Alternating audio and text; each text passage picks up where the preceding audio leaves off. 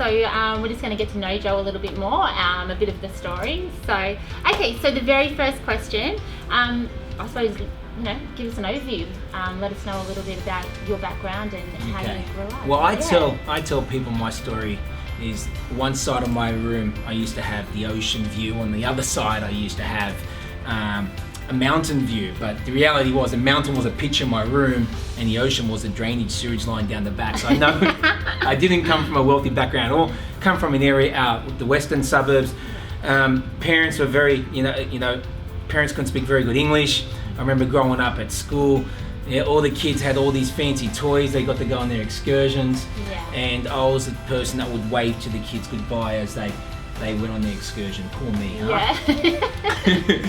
But that was probably my upbringing, as a sense. I would say that Mum was a beautiful, beautiful lady, though. She tried to provide as much as she could for you, though. Great parents, probably didn't make the best financial decisions. And when I say that, I say my parents, I remember growing up that my parents had the opportunity to buy their house. And when I remember the actual phone call that the government was selling back their housing homes at the time, and they could buy the house in the area that we lived in at the time for about $70,000-$80,000. And my mother said no. Yeah. And bless my mother, she was a great person, but she wasn't the most financially savvy person, I would say. I wouldn't take advice in regards to finance. Yeah. And I look back today, and actually funny, because we just found out about a couple of days ago, they're actually redeveloping that house. They're knocking it down. Yeah. But that house is worth about $800,000 today. Oh. So, once again, my parents had these philosophies: if you didn't have the money, you shouldn't buy it. And a lot of people out there have that type of philosophy. Yeah. Okay, so when you finally left school, what happened from there? Like, uni, what was the No, not plan? uni at all. Not uni at all. I didn't go to uni. I had no idea what I wanted to do. The one thing I could say is I didn't want to be broke. Yeah. I'm not saying money is everything, but what I will say is money makes life a lot easier. We always had food on the table. We always had clothes on our back. We had a roof over our head. But did I get to experience some of the things that other people got to experience? No. And the one thing I could tell you now is I definitely didn't want my children to grow up. We all want our kids to have a better upbringing than we did. Yeah. And that's what I definitely wanted. So the question was, did I go to university? No. Yeah. So what was the very first job? Share with them what your first job was. It was Pizza Hut, actually, to be honest, in school. But my first real job was a bricklaying job. So I was a brickies labourer. Sorry, I wasn't even lucky enough to get a bricklaying job. So I was an actual brickies labourer, and I remember doing that for about 2 weeks. And I remember my hands, and I thought to myself, is this what I want to do? I take my hat off to you guys. If you're labourers out there, I definitely take my hat off to you, because it's a tough job. And I remember doing that for about 2 weeks, and I looked around and I looked at the people around me, and I thought, do I want to be like them in 30 or 40 years? They were lovely people. Yeah, my dad's a bricklayer. Yes. So yeah. I'm not judging you at all. Yeah. But did I want to be like them? They were all drinking, they were all very wrinkly, tanned up, being out in the sun for quite a long time. But I thought to myself, there's no way in the world I could picture myself doing this for the next 50 years. So I applied for a job. And the first job that I got, I thought it was a retail manager's job, and it wasn't.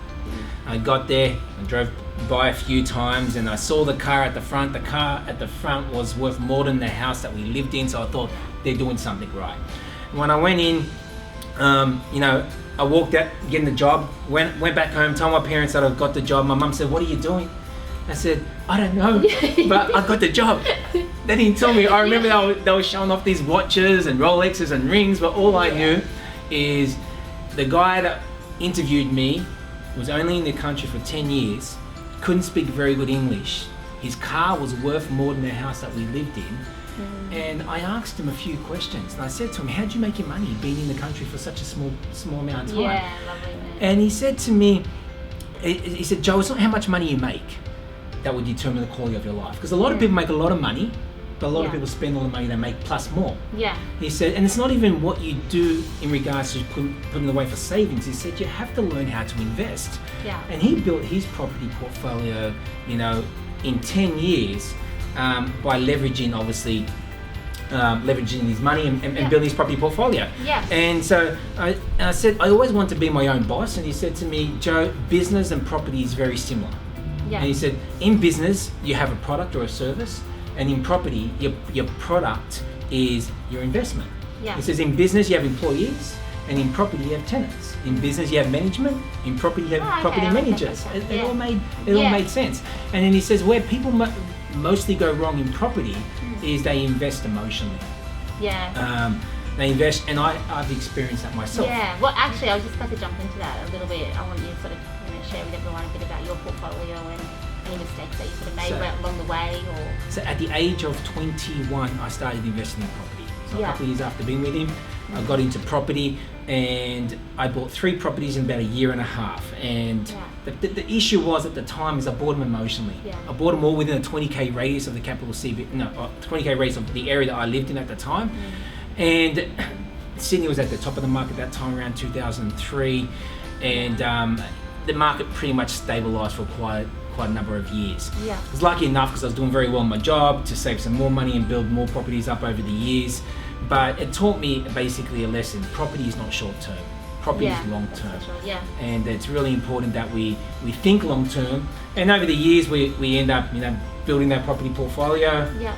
But then, as you know, and then we got into buying blocks and subdividing, splitting them up, and then now we're into doing high-rise developments, and we've got a large development that we have in Liverpool that we bought for $4 million. We got a DA approval for 13 stories. The council rezoned it for 29 stories, and we've got another site in Leopardton. We've got one at Ryde. Yeah, it's exciting. So we've got a few projects on the way, and that's probably more from a cash flow perspective to be able to pay down also debt.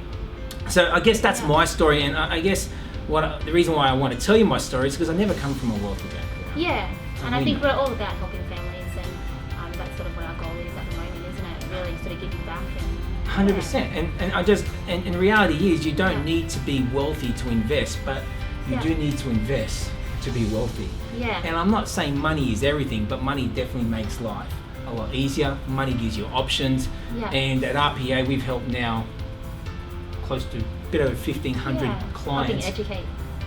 Educating them, empowering them, because the education's out there. The reality is the education's out there. Yeah. But most people have that fear of the unknown. And I guess we've been helping families, average Australians, not the wealthy, the average Australians that earn $80,000 to $120,000 a year, build their property portfolio and set up them and their family for the future. So that's what we do. That's my story. It's nothing great. I'm sure everybody has their own story. But and every story is very important. But I just want you guys to know that it is something that you can definitely do. It's something that you can achieve. Yeah. And if you got the right guidance and planning, and you commit for the long term, you can definitely achieve your financial goals. Wow, I've enjoyed applying pressure. So thanks very much. Thanks very much. And if it's something that you're interested in knowing a bit more about, you can always connect with us. We offer a free discovery session.